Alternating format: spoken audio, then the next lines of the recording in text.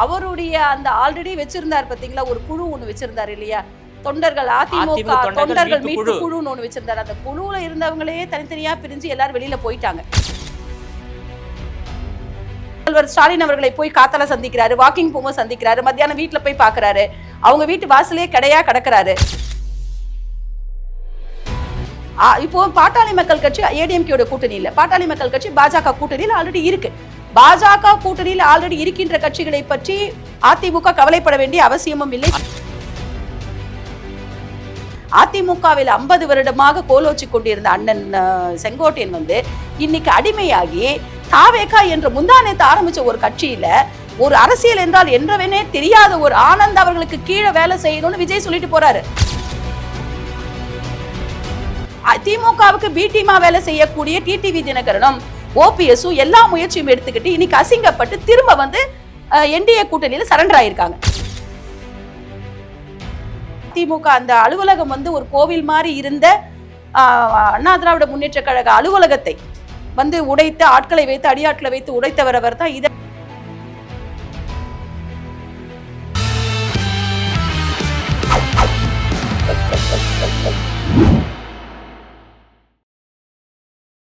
GeM TV நேயர்கள் அனைவருக்கும் வணக்கம். அதிமுகவை சேர்ந்த சிறுபான்மை அணி மாநில துணை செயலாளர் பாத்திமா அலி அவர்கள் நம்மோடு இணைந்துள்ளார். அவரிடம் பல்வேறு கேள்விகளை கேட்கலாம். மேடம் வணக்கம். வணக்கம். முன்னாள் முதலமைச்சர் ஓ பன்னீர்செல்வம் அவர்கள் இன்று மத்திய உள்துறை அமைச்சர் அமித்ஷாவை சந்தித்து இன்றைய அரசியல் நிலவரம் குறித்து விரிவாக விவாதித்துள்ளார். இந்த சந்திப்பை எப்படி பார்க்குறீங்க? இல்லை, சந்தித்துள்ளார் என்பதை ஒத்துக்கோங்க. அவங்க எந்த காரணத்துக்கு வேணா சந்திச்சிருக்கலாம், அதை பற்றி நம்ம பேசுறதுக்கு ஒன்றும் இல்லை.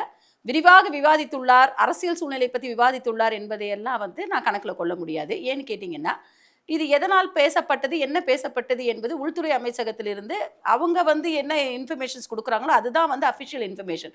அதை பேஸ் பண்ணி தான் இவங்க என்னன்னு சொல்ல முடியுமே ஒழிய இவங்க போய் பார்த்துட்டு வந்துட்டதுனால தான் தமிழக அரசியல் நிலவரம் அப்படியே தலைகீழாக மாறப்போகுதுன்ற ஒரு பிம்பத்தை எல்லாம் நம்ம உண்டாக்க முடியாது.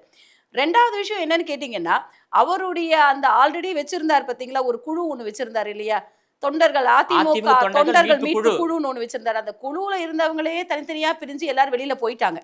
அவரோட இதுல இருந்தவங்க தான் எல்லாருமே வெளியில போனாங்களே ஒழிய அதிமுகவுல இருந்து யாரும் போல, எக்ஸப்ட் அன்வர் ராஜாவை தவிர மிச்சம் எல்லாரும் போல. அன்வர் ராஜா கூட ஒரு காலகட்டத்தில் அவருக்கு ஆதரவாக இருந்து திரும்ப அண்ணன் எடப்பாடியிடம் சேர்ந்தவர் தான்.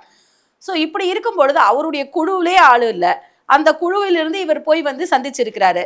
நடுவில் நான் டிஎம்கேவை போய் சந்திக்கிறாரு, முதல்வர் ஸ்டாலின் அவர்களை போய் காத்தால சந்திக்கிறாரு, வாக்கிங் போகும்போது சந்திக்கிறாரு, மத்தியானம் வீட்டுல போய் பாக்குறாரு, அவங்க வீட்டு வாசலே கடையா கிடக்குறாரு.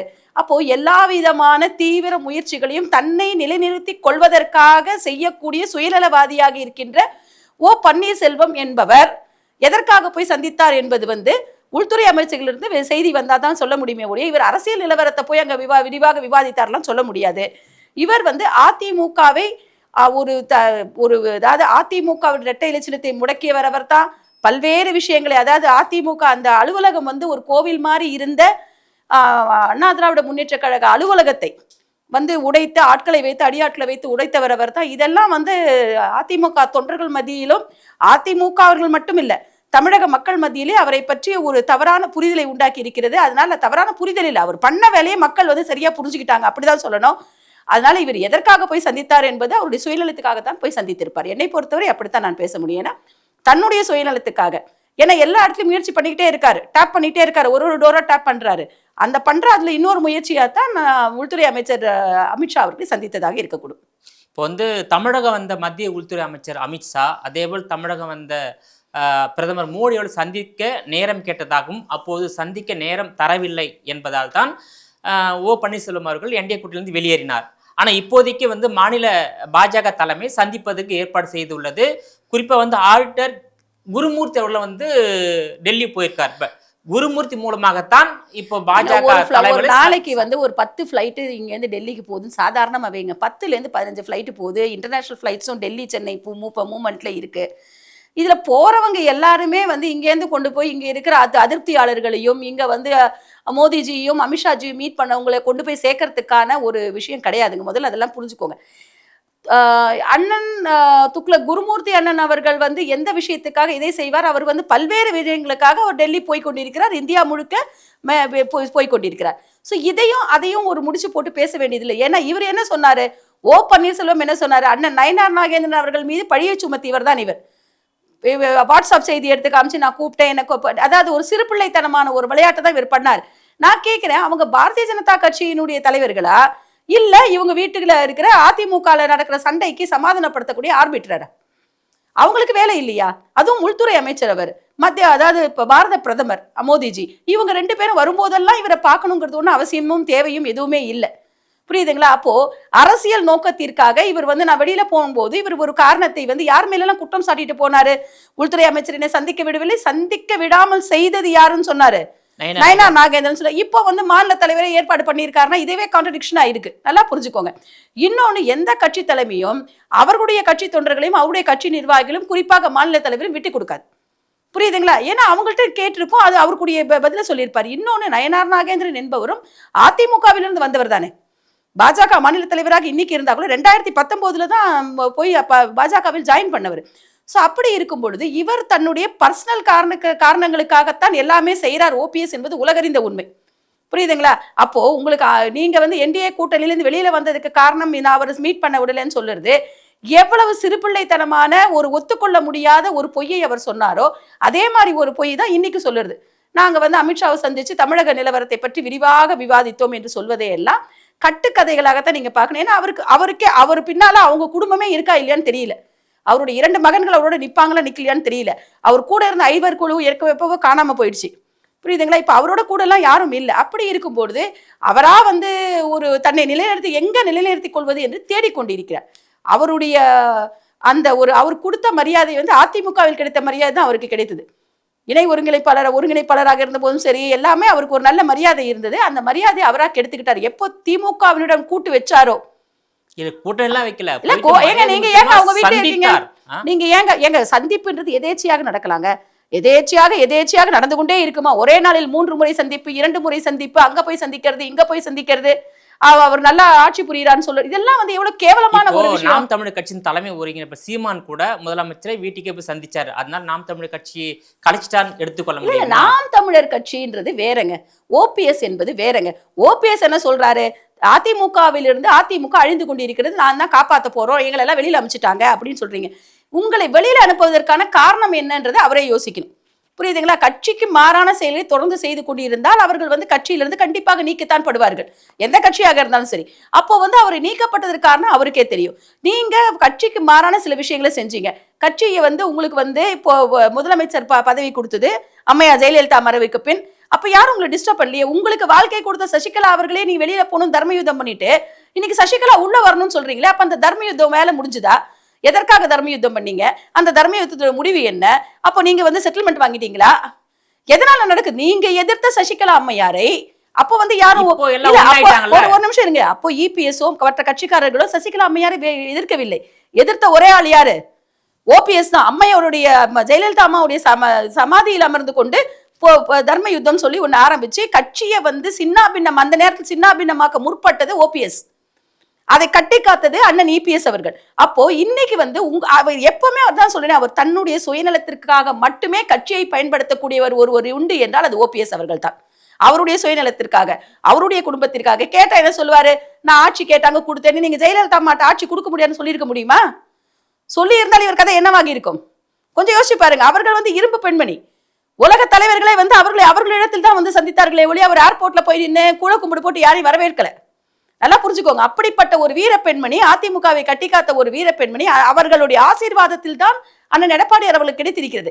அதை கொட்டிச்சவராக்க வேண்டும் என்றே வேலையை செய்து கொண்டு இருக்கின்ற அண்ணன் ஓபிஎஸ் அவர்களுக்கு எந்த இடத்துலயுமே மரியாதை இல்லை. இன்னைக்கு எப்போ திமுக வீட்டு வாசல்ல போய் நீங்க நின்னீங்களோ அன்னைக்கு உங்க மரியாதை போச்சுங்க. அங்க போய் நின்று அவங்களுக்கு இடைத்தரகர் வேலை பார்த்து நீங்க கொண்டிருக்கும் பொழுது அதிமுக தொண்டர்களோ மற்றவர்களோ தமிழக மக்களோ இவரை எப்படி நம்புவாங்க? சோ அவர் நம்பிக்கைக்குரியவர், அரசியல்வாதி என்ற நிலையிலிருந்து தரம் தாழ்ந்து போய்விட்டார் என்பது எல்லாரும் அறிந்த உண்மை. அதாவது அதிமுக உரிமை மீட்பு குழு தற்போது அதிமுக உரிமை மீட்பு கழகமாக மாறியுள்ளது. இது வந்து அரசியல் கட்சியாக மாறியுள்ளது. இது வந்து இந்திய தேர்தல் ஆணையத்தில் பதிவு செய்ய போறாரு. பதிவு செய்துவிட்ட பிறகு இந்த கட்சியை வந்து என்டிஏ கூட்டணியில் அங்க வைக்க போறாரு. இதனை வந்து அதிமுக பொதுச் செயலர் எடப்பாடி ஏற்றுக்கொள்வாரா? இது வந்து உங்களுடைய யூகங்கள். யூகலாம் கிடையாது, இதுதான் நடக்க போற சம்பவம். இல்ல அப்படியே நடக்கக்கூடிய சம்பவமாகவே ஆமா, இருக்கட்டும். ஆமா. இதை வந்து முடிவு செய்ய போவது என்று அவர் என்டிஏ கூட்டணியில் பாஜகவுடன் ஆல்ரெடி இணைந்து அவர்கள் இணைந்துதான் இருந்தார்கள். அதிமுக பாஜக கூட்டணி கடந்த ஏப்ரல் 2025 உருவாகும் பொழுது அமித்ஷாஜி அவர்களாலும் அண்ணன் எடப்பாடி அவர்களாலும் அவர்கள் 2 பேரும் இணைந்து அந்த அறிக்கையை அவர்கள் வெளியிடும் பொழுது பாஜக கூட்டணியில் ஆல்ரெடி இவங்க இருந்தாங்க. டிடிவி தினகரன் ஆகட்டும், ஓபிஎஸ் ஆகட்டும், அவர்கள் இணைந்திருந்தார்கள். அப்போ இவர் ஒண்ணுமே சொல்லலையே. ஏன்னா முதல்வர் வேட்பாளர் என்பது அதிமுகவில் சார்ந்த அண்ணன் எடப்பாடியார் அவர்கள் தான் என்பதை அமித்ஷாஜி அவர்களும் தெளிவாக இருக்கிறார்கள், அதிமுகவும் தெளிவாக இருக்கிறது, தேசிய பாஜகவும் மாநில பாஜகவும் தெளிவாக இருக்கிறது.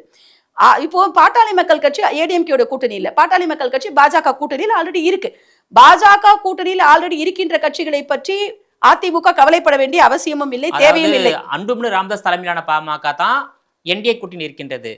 மருத்துவர் நிறுவனர் ராமதாஸ் தலைமையிலான பாமக இன்னும் என்டிஏ கூட்டணியில் வரல. அவங்க வந்து திமுக பக்கம் போலாமா என்ற யோசனையில் இருக்கிறாங்க. இல்ல, எல்லாமே வந்து நடக்குங்க. ஏன்னா அரசியல்ல வந்து தேர்தல் நெருங்க பல்வேறு விதமான விஷயங்கள், அதான் நம் கண்ணுக்கு நம்ப முடியாத விஷயங்களும் காதிற்கு கேட்க முடியாத விஷயங்கள் கூட அரசியல்ல நடக்கும். அப்படிப்பட்ட எந்த விளைவுகள் வேணா நடக்கலாம். அதை பற்றி நம்ம பேசல. இப்ப இந்த நீங்க கேட்டது இந்த கூட்டணியில ஓபிஎஸ் வரதுனால அதிமுகவுக்கு ஏதாவது பாதிப்பு ஏற்றுக்கொள்வதும் ஏற்றுக்கொள்ளாமல் இருப்பதும் அவங்கள வந்து அதிமுக கூட்டணியில வந்து அவங்க டைரக்டா ஜாயின் பண்ணல.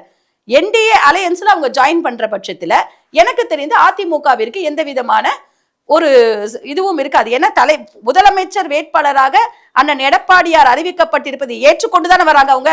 இல்ல, ஒரு நிமிஷம், நீங்க நடுவுல என்ன சொன்னாங்க, அவரை ஏற்றுக்கொண்டதுக்கு நாங்க வரலன்னு சொல்லி வெளியில போனீங்க. இப்போ என்ன மாத்திட்டாங்களா? இனிமேல் அவர் எடப்பாடி அவர்கள் வேட்பாளர் இல்லைன்னு சொன்னாங்க. செங்கோட்டையன்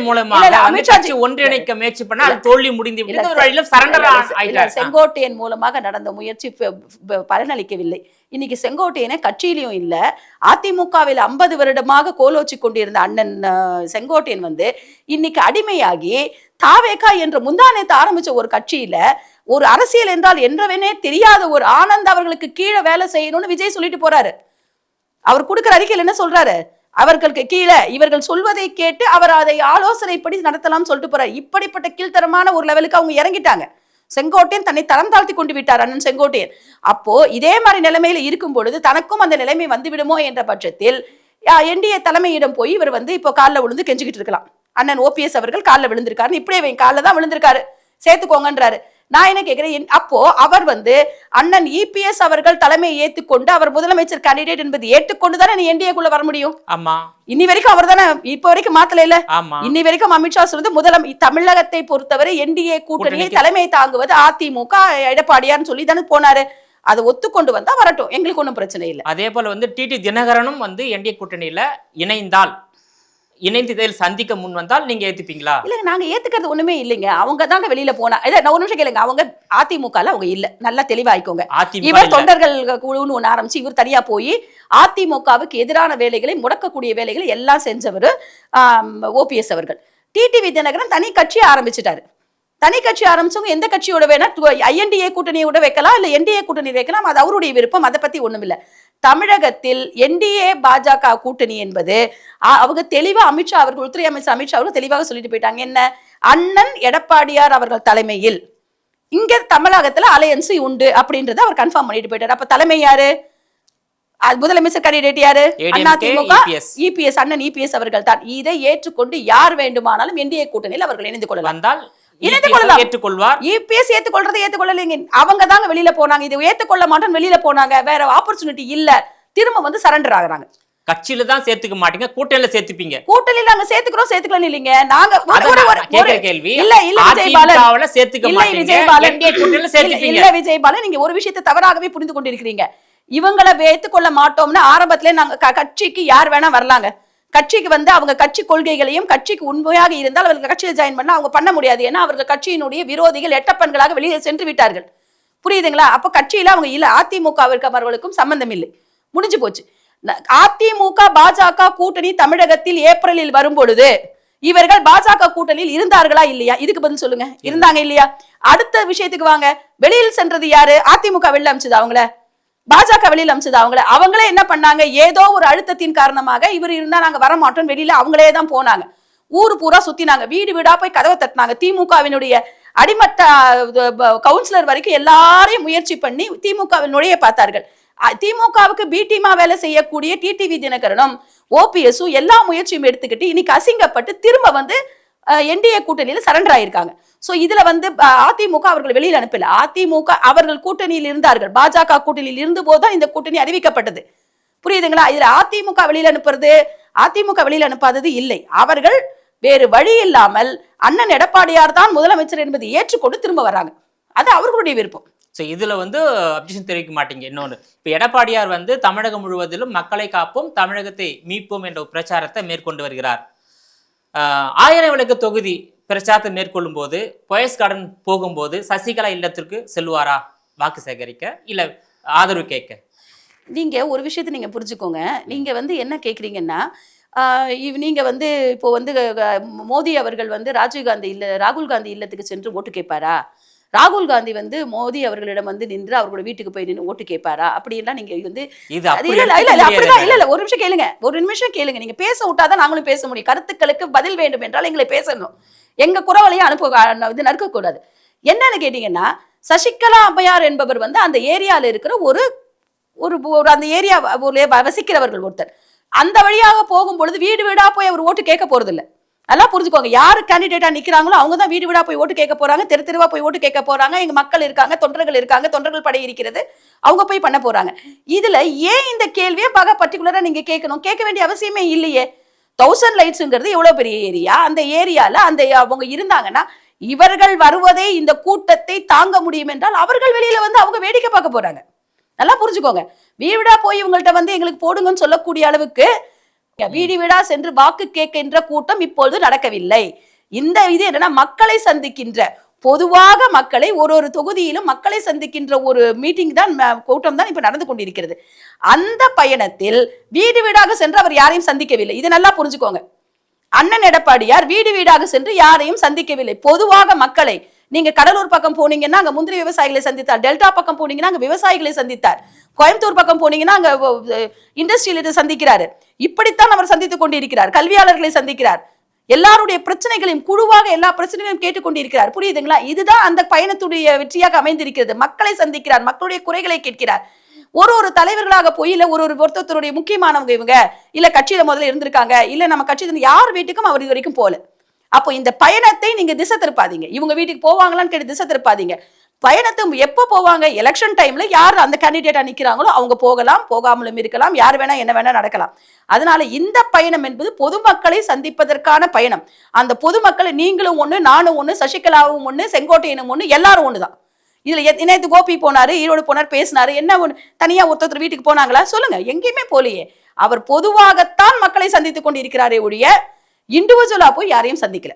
இப்போ வந்து அந்த எடப்பாடியுடைய அந்த பயணம் என்பது ஒரு நாளைக்கு போயஸ் கார்டன் நோக்கி சென்றால், அப்போது வந்து பிரிந்து சென்ற அத்தனை தொண்டர்களும் நிர்வாகிகளும் எடப்பாடி பழனிசாமி ஏற்றுக்கொள்வார்கள். தமிழ்நாட்டு மக்களும் எடப்பாடி ஏற்றுக்கொண்டு எட்டல் சின்னத்துல ஓட்டு போடுவாங்க. 200 தொகுதிகளுக்கு மேல வெற்றி பெற வாய்ப்பு இருக்கின்றது என்ற தகவல் இருக்கின்றது. அதாவது எடப்பாடி அவருடைய பயணம் போயஸ் கார்டன் நோக்கி சென்றால், நீங்க வந்து டிடி தினகரனை ஒதுக்குறீங்க, ஓபிஎஸ் ஒதுக்குறீங்க, அது என்பது வேற. இது இந்த பயணத்தை நான் கேட்கறேன், இப்படி நடக்குமா? நீங்க எந்த ஆஸ்பெக்ட்ல கேட்டாலும் சரிங்க, அதிமுக என்பது பலமாக இன்னைக்கு அண்ணன் எடப்பாடியார் தலைமையில் இருக்கிறது. நல்லா புரிஞ்சுக்கோங்க. இதுல அதிமுகவிலிருந்து விலகி சென்றவர்கள், வெறுத்து சென்றவர்கள், அதிமுகவை அழிக்க நினைத்தவர்கள், திமுகவிற்கு ஜால்ரா போட்டுக்கொண்டு அதிமுகவுக்கு வந்து எதிராக வேலை செய்பவர்கள், இப்படிப்பட்ட கூட்டமாக இருக்கக்கூடிய யாராக இருந்தாலும் நாங்க இல்லைங்க, தமிழக மக்களே அவங்களை நிராகரிச்சுட்டாங்க. நல்லா புரிஞ்சுக்கோ, தமிழக மக்களே அதுல நிராகரிச்சுட்டாங்க. நீங்க பர்டிகுலரா போயஸ் கார்டன் கேட்டீங்கன்னா, எஸ், கண்டிப்பாக ஒரு போயஸ் கார்டன் போகிறதுக்கு வாய்ப்பு இருக்கு. அம்மையார் வாழ்ந்த இடம், புரட்சி தலைவி ஜெயலலிதா அவர்கள் வாழ்ந்த இடம். புரிஞ்சுக்கோங்க, இன்னைக்கு அதிமுகவுக்கு உயிர் கொடுத்த பீனிக்ஸ் பறவையாக வாழ்ந்த அம்மையார் வாழ்ந்த இடம் இருக்கிறது. அதனால நீங்க போயஸ் கார்டன் அதுதாங்க முக்கியம். மத்தவங்க யார் இருக்காங்கன்றது முக்கியம் இல்ல. அதே போயஸ் கார்டன் ரஜினிகாந்த் இருக்காரு, இன்னைக்கு தனுஷ் இருக்காரு, இன்னைக்கு நிறைய பேர் இருக்காங்க, நிறைய இண்டஸ்ட்ரியலிஸ்ட் இருக்காங்க. சோ ஒரு வீட்டுக்கு ஏதாவது போகும்போது சசிகலா சந்திப்பாரான்னு கேட்க, எதுக்குங்க சந்திக்கணும்? நான் ஒரே ஒரு கேள்வி கேட்கிறேன். நீங்க ஏன் சசிகலாவே கேட்கிறீங்க? சசிகலா கட்சியில் என்ன பதவியில் இருந்தார் அது சொல்லுங்க. நீங்க அம்மையார் இருந்த காலகட்டம் வரைக்கும் அவருக்கு கட்சியில பதவி கொடுக்கப்பட்டதா? இல்ல. அப்புறம் ரெண்டாவது விஷயம், அவர் கேட்டு அவர் கூறி அவருடைய கண்ட்ரோல்ல இன்னைக்கு அந்த அவர் கூறக்கூடிய அந்த முக்குலத்தோர் சமுதாயம் இருக்கிறதா? இல்ல. உண்மையை உடைச்சு பேசுங்க. நீங்க சொல்ற டிடிவி கிட்டயோ ஓபிஎஸ் கிட்டயோ அம்மையா இது சசிகலா அம்மா கிட்டயோ யார்கிட்டயுமே வந்து இன்னைக்கு வந்து முக்குலத்தோர் சமுதாயம் அவர்களை தலைவராக ஏற்றுக்கொண்டு அவர்களை பின்பற்றி நடக்கவில்லை. Very few people. இவர்களால் பலன் பெற்ற எண்ணிக்கை உள்ள ஒரு சிறு எண்ணிக்கையில் உள்ள மக்கள் மட்டும்தான் அவங்க பின்னால் நிக்கிறாங்க. புரியுதுங்களா? இவர்களை தலைவராக ஏற்றுக்கொண்டு அவர்கள் யாருமே இல்லை. இவர்கள் வந்து உண்டாக்குகிறார்கள், இந்த மாதிரி இல்லைன்னு சொல்லி உண்டாக்குறாங்க. அப்போ இவர்கள் என்ன ஒரு கேட்டகரியில இருக்காங்க? இவங்க தனி கட்சி வச்சிருக்காங்களா, இல்ல இவங்க வந்து கூட்டணியில இருக்காங்களா, இல்ல அம்மையார் அவர்களிடம் வந்து ஒரு பெரிய கம்யூனிட்டி வாக்கு பேஸ் இருக்கா? ஒன்னும் கிடையாதுங்க. அவர்கள் ஜெயலலிதா அம்மையோட பயணம் செய்தவர், அவள்தான். புரியுதுங்களா? அதனால அவங்களுக்கு முக்கியத்துவம் கொடுத்த அண்ணன் எடப்பாடியார் போய் சந்திப்பாரா, அண்ணன் எடப்பாடியார் போய் சந்திப்பாரான்னு கேட்காதீங்க. அப்படி பார்த்தால் நீங்கள் இந்த கேள்வியை வந்து மு.க. ஸ்டாலின் அவரிடம் சென்று செல்லுங்கள், கேளுங்க. அவருடைய அண்ணன் அழகிரி அவர்களை போய் அவர் வீட்டுல போய் பாப்பாரா ஓட்டு கேட்க? இதெல்லாம் கேளுங்களேன். இல்ல கனிமொழி போவாங்களான்னு கேளுங்க. இல்ல பாத்து இது பாருங்க, உடம்பு சரியில்லைன்னு பாக்குறது வேற, ஒரு பயணம் சொல்லிட்டு அவர் வீட்டுல போய் உட்கார்ந்து அவரை அரசியலுக்கு கூட்டு கொண்டு வர வேண்டியதானே? அரசியல் இருந்தால நீங்க ஏன் உங்களுக்கு சாதகமான விஷயங்களை எல்லாம் ஒதுக்கி விட்டுறீங்க? டிஎம்கே என்ன தப்பு பண்ணினாலும் மன்னிச்சு விட்டுறீங்க. விடாம வந்து எடப்பாடியாரையே நீங்க பார்த்து கொண்டிருக்கிறீர்கள் என்றால் அவர் வெற்றிக்கான ஒரு தலைவனாக இன்னைக்கு நடை போட்டுக் கொண்டிருக்கிறார். இதுதான் முக்கியம். நீங்க பிராக்டிகலா புரிஞ்சுக்கணும்னா யாரை சந்திப்பாங்க? ஓடுற குதிரையை, வெற்றி பெறக்கூடிய குதிரையை தான் வந்து எல்லோருடைய கண்ணுக்கும் தெளிவாக தெரியும்.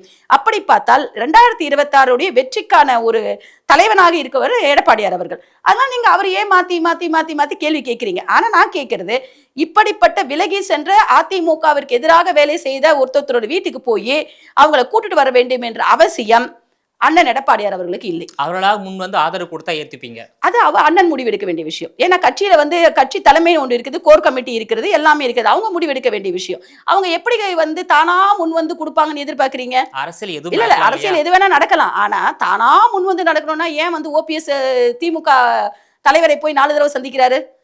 சொல்லுங்க, ஏன் சந்திக்கிறாரு? செங்கோட்டையன் வந்து தாவேகாவில் இணையதுக்கு முன்னால சேகர் பாபு அவர்களை வந்து 1 மணி நேரம் உட்காந்து பேசிட்டு போறாரு. டிடிவி வந்து வெளியில அம்மா இறந்த உடனே 1 வருடத்துக்குள்ளாக தனி கட்சி ஆரம்பிக்கிறாரு. எல்லாமே தானே பண்ணாங்க.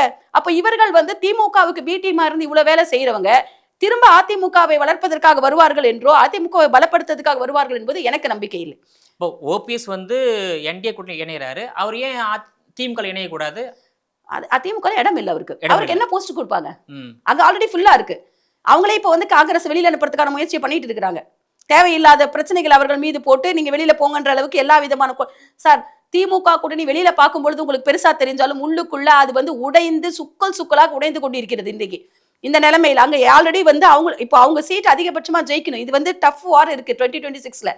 அவங்க தன்னுடைய தொகுதிகளை அதிகப்படுத்த வேண்டும் என்றால் அவங்களுக்கு ஆல்ரெடி இருக்கவங்கள பல பேர் அவங்க வெளியில அனுப்பணும். காங்கிரஸ் வெளியே அனுப்புறாங்களா? அது தெரியாது சார். நடந்துகிட்டு இருக்கு பேச்சுவார்த்தைகள் பல வகையில் நடந்து கொண்டு இருக்கிறது. ஏன்னா எல்லாருமே இப்ப வந்து ஓப்பனா வந்து எதுவுமே பேசுறது இல்லை. கடைசி நிமிஷத்துல பல மாறுதல் நடக்கும்.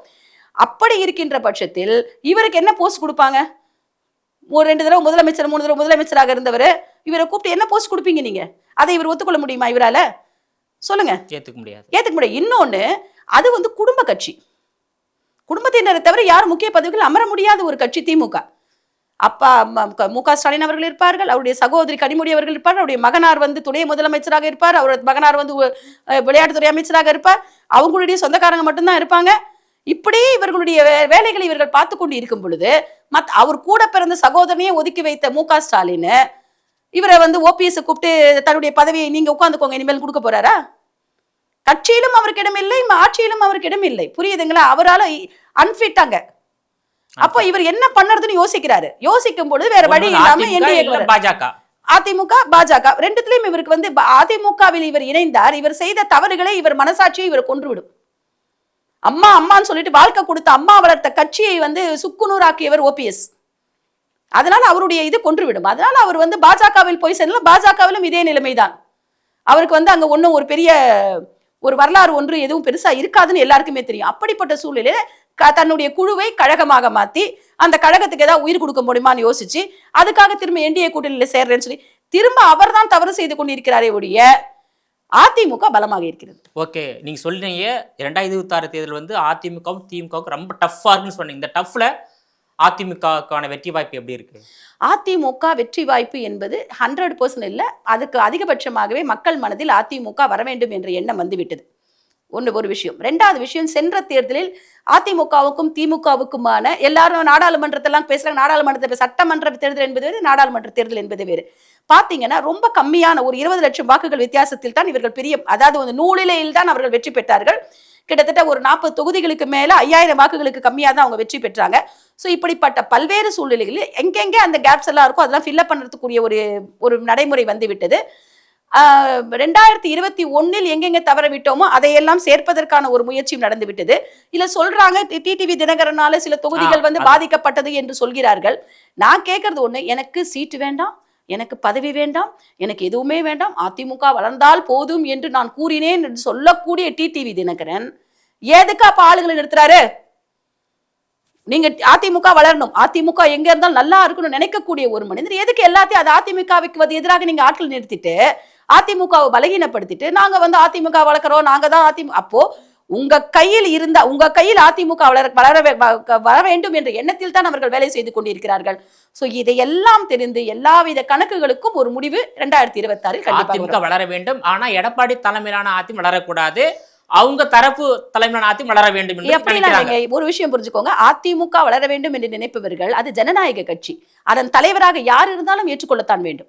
அப்படி அந்த மனசாட்சி இல்லாதவங்க அப்போ திரும்ப இது குடும்ப ஆட்சி மாதிரி கொண்டுட்டு வராங்க. இவங்களும் வேற என்ன பண்றாங்க, என்கிட்ட இருந்தாதான்றது பாசிசம், நான் தான் அதுக்கு தலைவனாக இருப்பேன் என்பது பாசிசம். ஒரு ஜனநாயக முறையில் அடிப்படையில் கிளை தலைவராக இருந்து இன்னைக்கு பொதுச் செயலாளர் ஆகிறவரை உன்னால ஏற்றுக்கொள்ள முடியலன்னா அந்த கட்சி கொள்கைகளை நீ ஏற்கவில்லை என்று தான் அர்த்தம். அதனால தவறு வந்து இவர்கள் சைட்ல தான் இருக்கே ஒழிய கட்சி தெளிவாக இருக்கிறது.